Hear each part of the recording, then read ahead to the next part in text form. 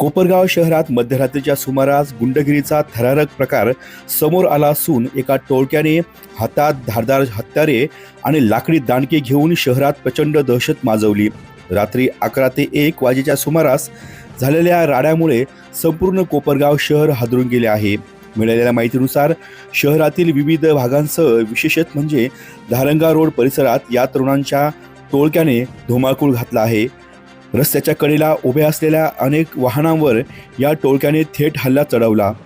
धारदार हत्यारे आणि दांडक्याने वाहनांच्या काचा फोडल्या, वाहनांचे मोठे नुकसान केले। रात्रीच्या शांततेत अचानक सुरू झालेल्या दगडफेक, वाहनांची तोडफोड आणि आरडाओरड्यामुळे घरात शांत झोपलेले नागरिक आणि महिला भयभीत होऊन जागे झाले।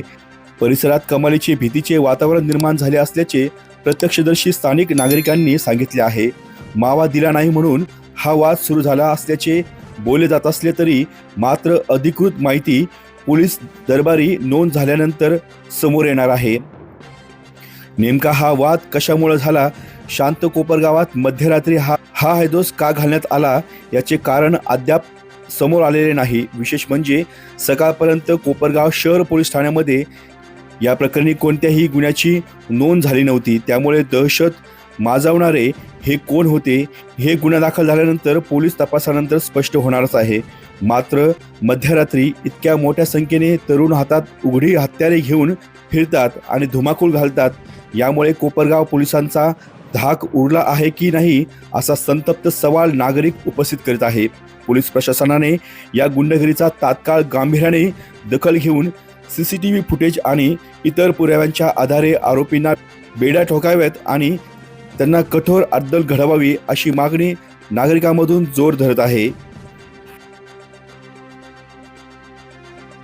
होते पळाले होते, बांबूचा असं ओढत होते, आम्ही तर काय उठून पळालो बाहेर, सारे झोपेलो होतो। तुमच्याकडे काही दगडफेक केली का? हा, तिकून दगडफेक केली त्यांनी।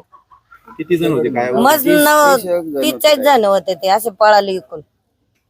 आणि नंतर तलवारी बिलवारी मग तलवारी घेऊन आले, तिकून आले, मग ते मागून पहिले मिटून गेलं, परत आले ते गाड्या घेऊन आले, तलवारी घेऊन।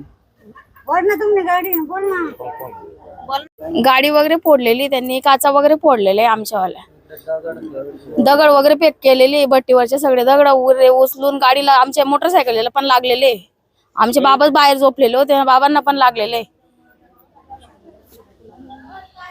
गेलेलो होतो पण इकडे ना आवाज आला म्हणून आम्ही सगळेजण उठलो।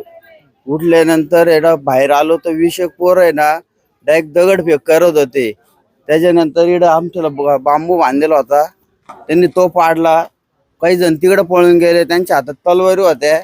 त्याच्यानंतर परत थोडा टाइमाने अर्ध्या तास 10-15 मिनिटांनी तिकडे गेले ते, पण तिकडून अजून 30-40 पोर आले।